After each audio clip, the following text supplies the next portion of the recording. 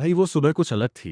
चिड़ियां चहक रही थीं, लेकिन हवा में एक सन्नाटा था। मैंने चाय उठाई और देखा, मोबाइल पे हर तरफ सिर्फ एक ही खबर थी, युद्ध शुरू हो चुका है।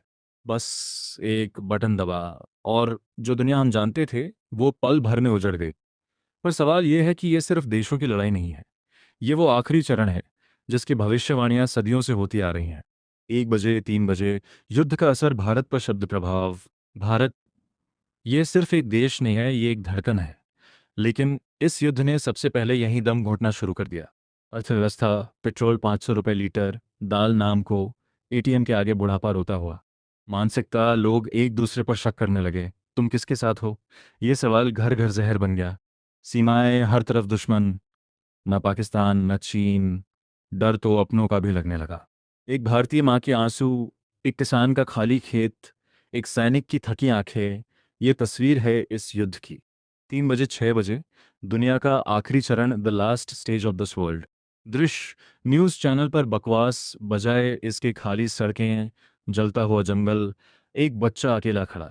पृष्ठभूमि में कोई भारी संगीत नहीं, बस हवा का रुदन, आवाज़ धीमी, गहरी। दोस्तों, ये कोई नॉर्मल वॉर नहीं है, ये दुनिया का अंतिम चरण है। जैसे एक मरीज के शरीर में आखिरी सांस बाकी होती है। 3 निशाने बता रहा हूँ। एक, तकनीकी गुलामी, एआई, ड्रोन, साइबर अटैक।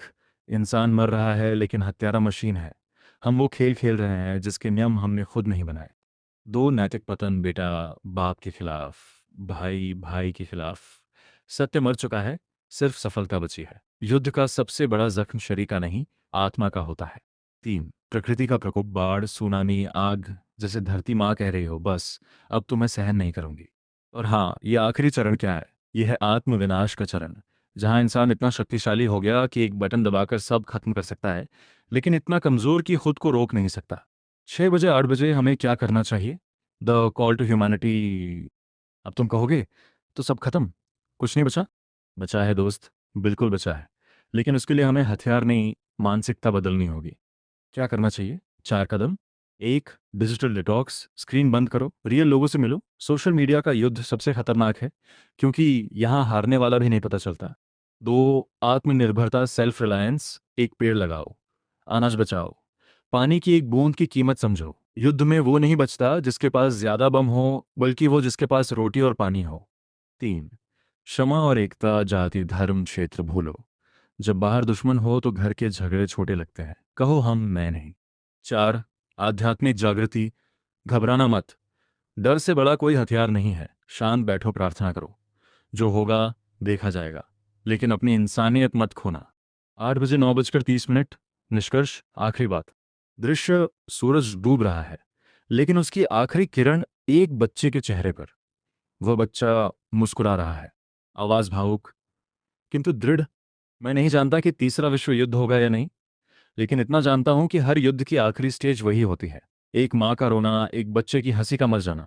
और हाँ, इस दुनिया का आखिरी चरण कोई देश या बम नहीं है, ये चरण है हमारे अंदर का राक्षस बनम, हमारे अंदर का है। क्या करें? अभी उठो, अपने परिवार से मिलो, किसी से बैर मत रखो।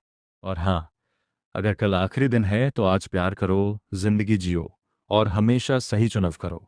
क्योंकि युद्ध हार जाओगे तो दुनिया बचेगी नहीं, लेकिन इंसानियत हार गए तो बची हुई दुनिया भी बेकार है। शांति के लिए आवाज उठाओ, क्योंकि युद्ध का अंत हमेशा मौन होता है।